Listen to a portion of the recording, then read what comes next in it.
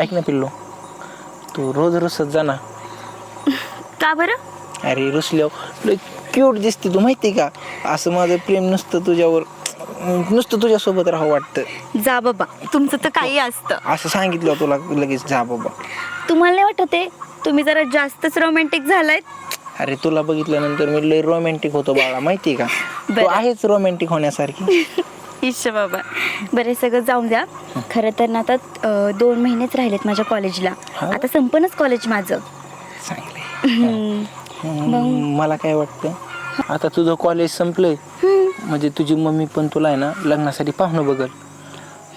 मग एक काम करू का मी, काय? तुला लग्नासाठी मागणी घालू का तुझ्या मम्मीपाशी? मारतो खडा, लागलं तर लागलं पाणी. आहे की नाही? खरंच हा मग. खरंच तुम्ही मागणी करणार मला? मग मला पण तुझ्यासोबत राहायचंच आहे की नाही? खरंच मला 7 जन्म तुमच्या सोबत राहायचंय. हा ना. 7 जन्म तुमची साथ द्यायची आहे. मला असं वाटतं आपण दोघं कधीच वेगळे होऊ नये, माहिती का? मलाही तसंच वाटतं की. मी काय करतो, तुझ्या मम्मीला एकदा आहे ना लग्नासाठी मागणी घालूनच बघतो. मी काय म्हणते, बोल मला. तुम्ही चला की घरी आमच्या मागणी घालायला आत्ताच. आत्ता जायचं लगेच? हा. असं न सांगता जाणं पण चुकीचं, पण तुझ्या विश्वास आहे ना पिल्लू, चला ना सगळं मग. व्यवस्थित होईल. चल जाऊ. चला, कसली वाट पाहताय? चल. चला. आणि हा, तुम्ही काहीतरी बोलला नाही मला. आय लव्ह यू पिल्लू. बरं चला. मम्मी, ए मम्मी आले का? बाहेर की. काय म्हणते? हा माझा मित्र अनिकेत. काकू पाय अनिकेत मम्मा, काय?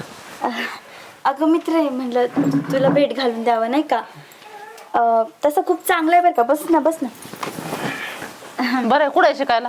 नाही, माझं शिक्षण झालेलं आहे. हा मला वाटलं कॉलेजचं आहे. स्वतःचं स्वीट होम आहे. हा अजून काही जॉब वगैरे करतो का? नाही जॉब नाही, शेती वगैरे बाकीचं पाहतो, रानातलं हे काढलं तिकडलं. त्याचा स्वतःचा धंदा आहे स्वीट होमचा.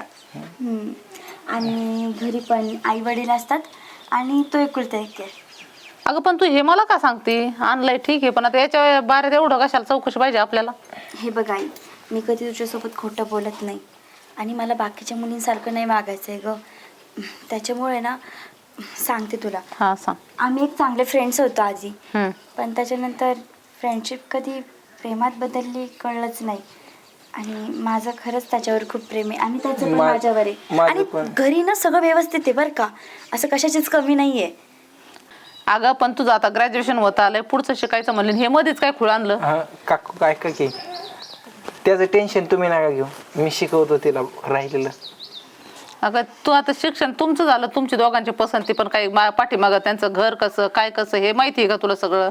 तुम्ही अगं, माझ्या हो. घरी येऊ शकता आणि जर तुमचा होकार असेल तर मी माझ्या मम्मी पप्पाला पण घेऊन येतो. अगं बघायला जायची काहीच गरज नाही आहे, मी सगळं पाहिलेलं आहे. पण ते आता सगळं खरं झालं. तुझं शिक्षण मी म्हणलं आता तुला तर माहिती आहे तुझं शिक्षण मी कसं केलंय. तुझं लग्न करायचं म्हणलं, आपल्याकडे पैसे नकोत का? अहो काकू त्याचं टेन्शन घेऊ नका, मी माझ्या पप्पांशी बोलतो आणि जे काय आहे ते माझंच आहे ना, त्यामुळे ते लग्न पण करून घेतो आम्ही, त्याचं नका टेन्शन घेऊ. पैशा पाण्याचं पण टेन्शन घेऊ नका. आता मी म्हणलं तू नोकरी लागशील, आपण 2-5 रुपये कमवू, काहीतरी करू माझ्यासाठी बी. मला कोण आहे म्हातारपणात? हे बघ आई, मला माहिती आहे तुला कोण नाही आहे, पण मी आहे ना, कशाला काळजी करते? आणि लग्न करून चालले म्हणून असं थोडी की मी तुला सांभाळणार नाही. हे बघ अनिकेत, लहान होते ना तेव्हापासून बाबा गेले, तेव्हापासून माझ्या आईनेच मला लहानाचं मोठं केलं, माझं शिक्षण बघितलं, माझे सगळे खर्च तिनेच उचलले. त्याच्यामुळं तिला असं मी एकटं नाही सोडू शकत.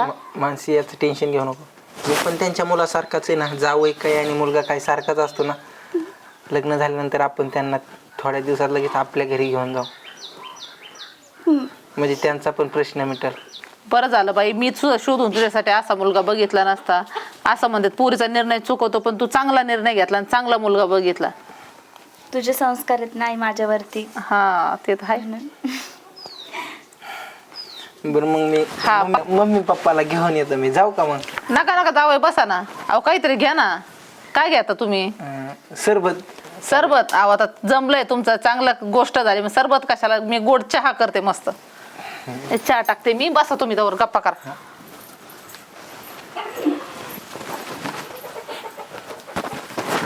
बरी मानसी, हं? मला एक प्रश्न पडला. काय? जर सासूबाई लग्नासाठी तयारच नसत्या झाल्या तर आपण काय केलं असतं? अहो काय बोलता तुम्ही?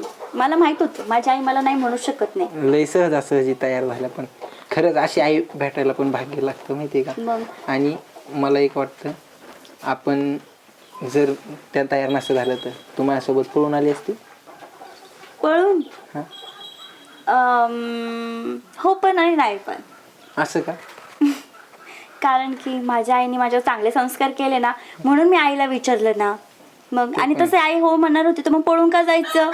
ते पण आहे. आणि कधी पण घरच्यांच्या मर्जीने लग्न केलं पाहिजे, नाहीतर आपलं प्रेम आहे ना तर घरी सांगितलं पण पाहिजे. असं पळून जाणं योग्य पण नाहीये ना. हे पण कारण बरोबर की आहे. लहानाचं मोठं केलेलं असतं ना त्यांनी आपल्याला. नाही पण तुझ्या मम्मीचा स्वभाव खरंच भारी आहे बरं.